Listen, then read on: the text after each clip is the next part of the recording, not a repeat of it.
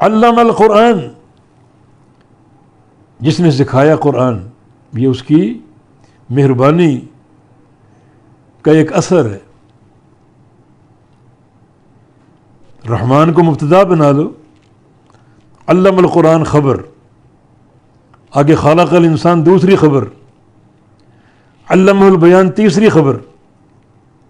وہ رحمان جس نے قرآن سکھایا، یہ اس کی نعمت عظیمہ۔ علم یہ باب تفعیل سے فعل ماضی کا صیغہ ہے، اور علمہ جو باب ہے جب جملے میں استعمال ہوتا ہے تو اس کا فاعل بھی ہوتا ہے اور دو مفعول ہوتے ہیں۔ یا علمہ کا فاعل ہوا یعنی اللہ، وہ رحمان، سکھایا جس نے، رحمان نے، کیا؟ القرآن، قرآن، یہ مفعول اول۔ دوسرا مفعول محذوف ہے،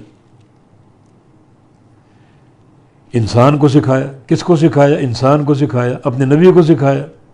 کیا سکھایا؟ القرآن، قرآن۔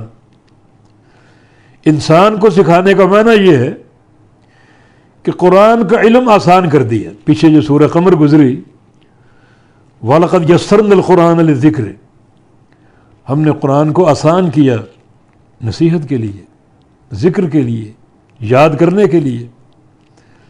تو علم القرآن، انسانوں کو قرآن سکھایا، مانا قرآن کا علم اور قرآن کا فہم آسان کر دیا۔ اس کو پڑھنا بھی آسان ہے، اس کو سمجھنا بھی آسان ہے، عمل کرنا بھی آسان ہے۔ اللہ تعالیٰ کسی نفس کو اس کی طاقت سے بڑھ کر تکلیف دیتا ہی نہیں ہے۔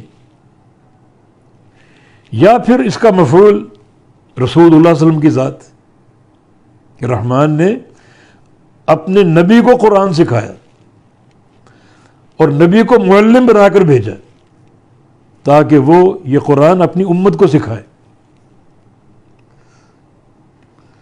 نبی علیہ السلام کی حدیث، انا دعوت ابی ابراہیم، میں اپنے باپ ابراہیم کی دعا ہوں۔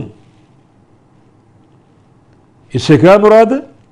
ابراہیم علیہ السلام نے اور ان کے بیٹے اسماعیل علیہ السلام نے جب خانہ کعبہ تعمیر کیا تو تعمیر کے دوران ابراہیم علیہ السلام نے دعا کی تھی،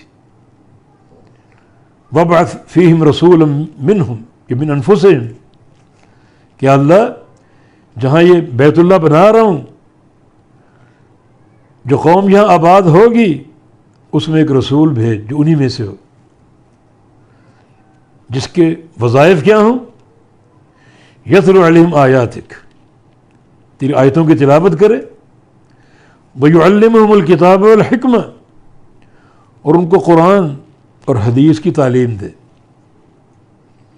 تو اللہ معلم ہے رسول کے لیے، اور رسول معلم اپنی امت کے لیے۔ یہ قرآن کی تعلیم صحابہ نے رسول سے لی، تابعین نے صحابہ سے لی، اتباع تابعین نے تابعین سے لی، اور سلسلہ چلتا رہا اور آج تک چل رہا ہے۔